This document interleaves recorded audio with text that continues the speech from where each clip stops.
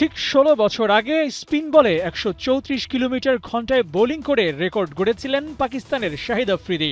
২০২৬ সালে এসে সেই পাকিস্তানের পেসারদের যেন হয়েছে অবনতি। মিরপুরের শাহিন শাহ আফ্রিদির গড় গতি ১৩৩। জামানা বদলেছে, সেই সাথে ভাটা পড়েছে পেস রাজাদের রাজত্বেও। প্রকৃতি নাকি শূন্যস্থান পছন্দ করে না। টেস্ট ম্যাচ ক্রিকেটে পেসাররা গতির ঝড় তুলবেন না তা কি করে হয়? মিরপুরে দায়িত্বটা নিলেন নাহিদ রানা।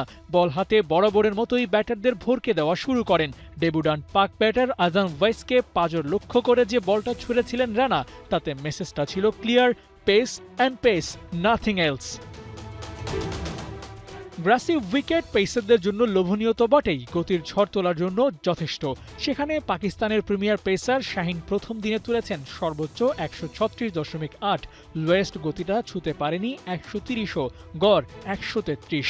গতির প্রশ্নে আপোষ করেছেন বাকি দুজনও। হাসান আলী ১৩০, মোহাম্মদ আব্বাস ১২৩। এটাই ওদের বেস্ট এভারেজ। মিরপুরে পাক পেসাররা যেন মাথা তুলে দাঁড়াতেই পারেননি, আর সেখানে নাহিদ রানারা দেখিয়েছেন দাপট। পেসারদের অলংকার গতি, আর সেটাই ওরা হারিয়ে বসেছে। অবশ্য এতে বসে নেই সাবেক পাক ক্রিকেটাররা।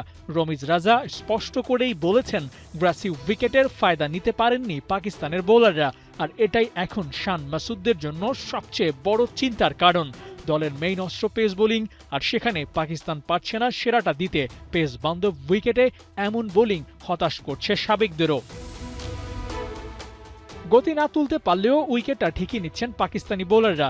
বাংলাদেশের ১০ উইকেটের মধ্যে ৯টাই নিয়েছেন আফ্রিদিরা, কিন্তু রান লিক করাটা আবার সামলাতে পারেননি তারা, আর এটা নিয়েই রমিজ রাজারা করেছেন শঙ্কা প্রকাশ। স্পোর্টিং উইকেটে যতটা আগ্রাসী হওয়ার কথা ছিল সেটা পারেনি ওরা। পাকিস্তানের পেস বিপ্লব এভাবে থমকে যাবে কে জানতো তা। আবু নাইম, ৭১।